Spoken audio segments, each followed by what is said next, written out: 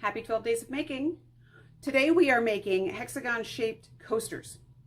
Last year I showed you guys how to make 4-patch coasters that you could use as either a mug rug, put your coffee cup on, or you could actually slide your wine glass base in. Those are really fun because you can use them as coasters and wine glass markers.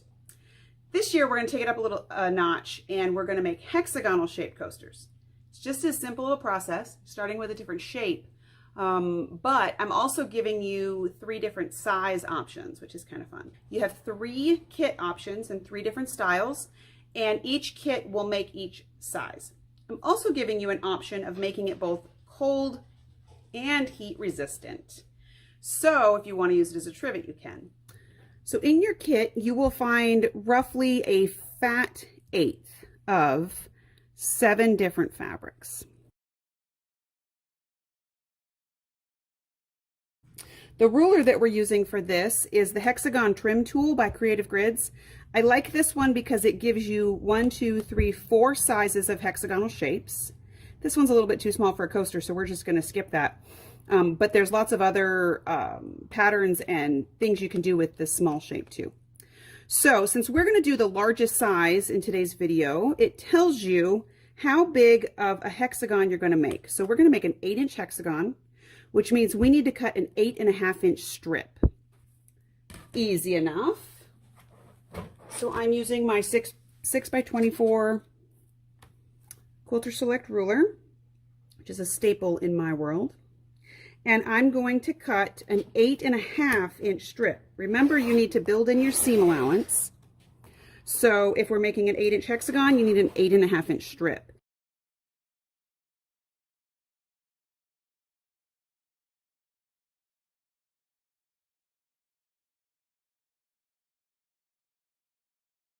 One of the things you're going to want to find is whatever piece is the shortest in your stack, make sure you know which one is the shortest. So that's going to be this one. We don't want to cut into our selvage at all. So make sure that wherever your ruler is landing, that you're not cutting off the edge or cutting into selvage. Okay.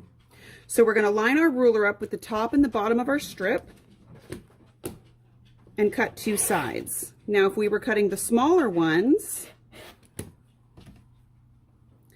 you're going to want to line up the solid line here. You're going to want to line up the solid line at the top, the bottom of the ruler, and then the solid line at the top of your strip set. And then we're going to flip it around, line up the edge you already cut with this side of your hexagon, and then cut the other 2 sides.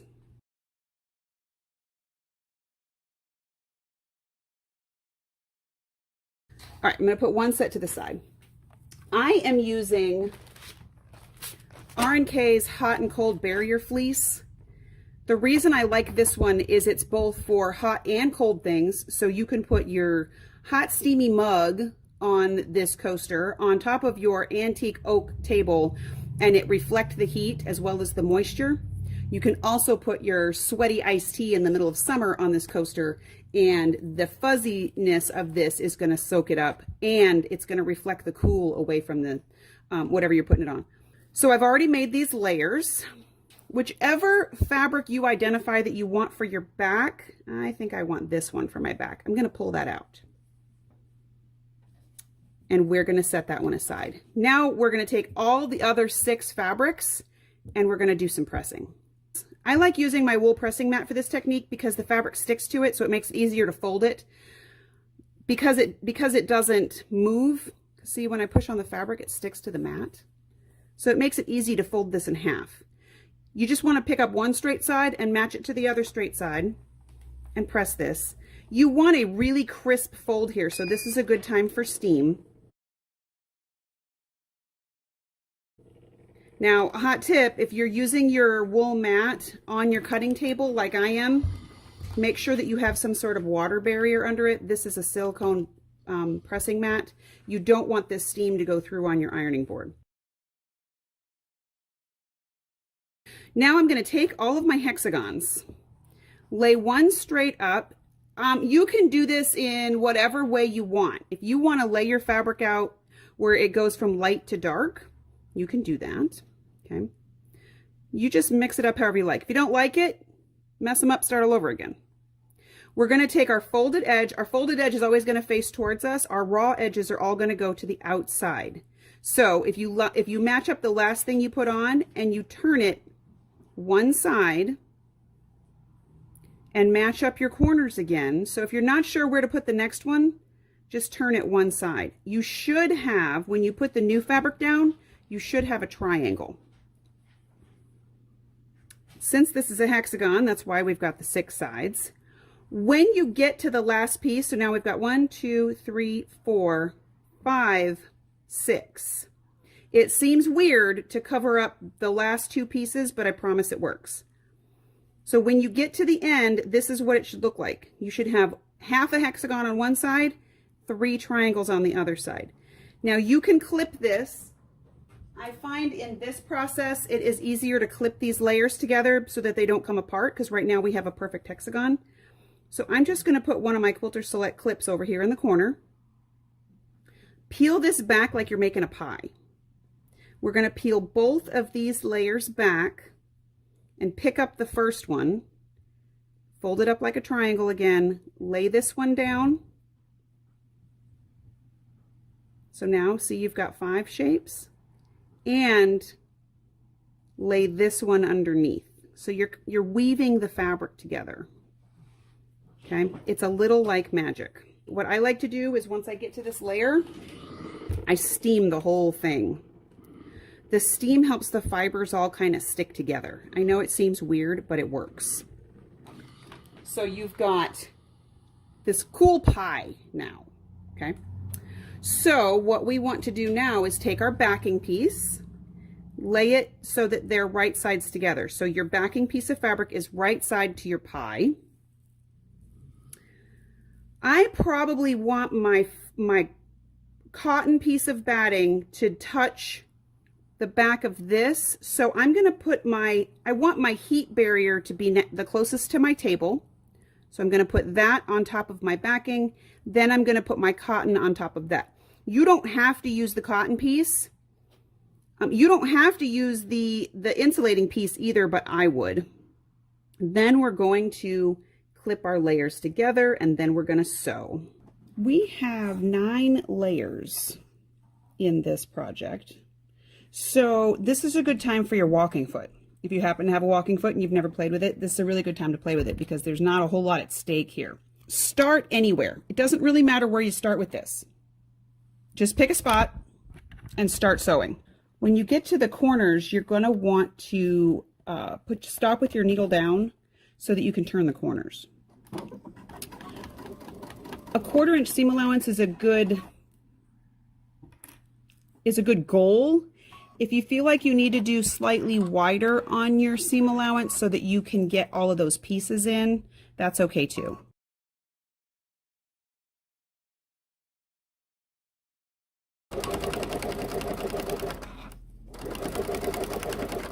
Now when you get back to this other side, you want to either back stitch it or tie it off so that this stays really secure, because we're going to kind of be pulling on it so that we can turn this right way out.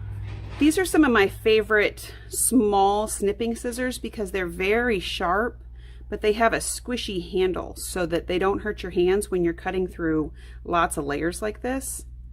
So I'm just going to blunt off the ends of these corners. My favorite tools for turning this right way out, we've talked about this before, is my hemostat and my turning tool. So you have all these layers in here. So this is going to be a little bit of a challenge to turn right way out, but this is going to make it easier. This opens up. So since we made this sort of weird pie shape, we're going to take our hemostats, stick it in there, pick a corner, any corner. Open your hemostats and push the fabric down inside there and then clip it.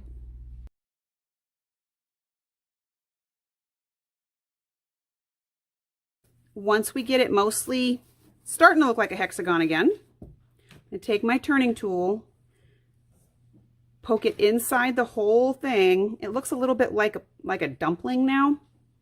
And we're going to poke out all the corners. We've got our little sort of dumpling thing, right? It's all turned right way out. This is my last little tip. I will take and steam the whole thing again. Make sure that everything stays pressed flat. Hit it with steam. Then one more time, I'm going to poke my corners out, because now that the steam has relaxed everything, there's still more sharpness you can get in the corners. I like this shape, especially for holiday designs, because it looks a little bit like a snowflake. And that's your whole project. If you want to, you can now go and top stitch around the outside. You can do decorative stitches out here if you wanted to. That is all entirely up to you. So here's the top part of your coaster or trivet. It's big enough you can use it as a trivet. And there's your back. 2 other color kits. So we have the blue kit, which makes 2. Okay. We have a shades of gray kit that goes from white to black and all the grays in between. And I thought a black and white polka dot on the back was fun. But again, you can mix these up any way you like. I thought it would be fun to show how the colors change in this one. But you can mix these up. You could put this polka dot on the front. You could put the black on the back. Whatever you want. You've got enough to make 3 of these in the kit. So this is your shades of gray kit. Or I thought a spectrum option would be fun. So this is the smallest size coaster. Your kit can make 4 of these. So I hope you're inclined to make some of these. Again, all these projects are anytime great gift projects. Doesn't have to be for the holidays. I just thought this would be a fun one for you to make. It's a really great option for if you're going to go to somebody's house for a housewarming. I've given these to people for housewarming type things. You know, somebody's got a new house or they invite you over for dinner. It doesn't take long to make these, and you can make a whole set, wrap it up with a little bow, with a card or a note, and they're totally washable. These are all sitting these are sitting on every surface in our house as coasters. So yeah, go make you some. See you tomorrow.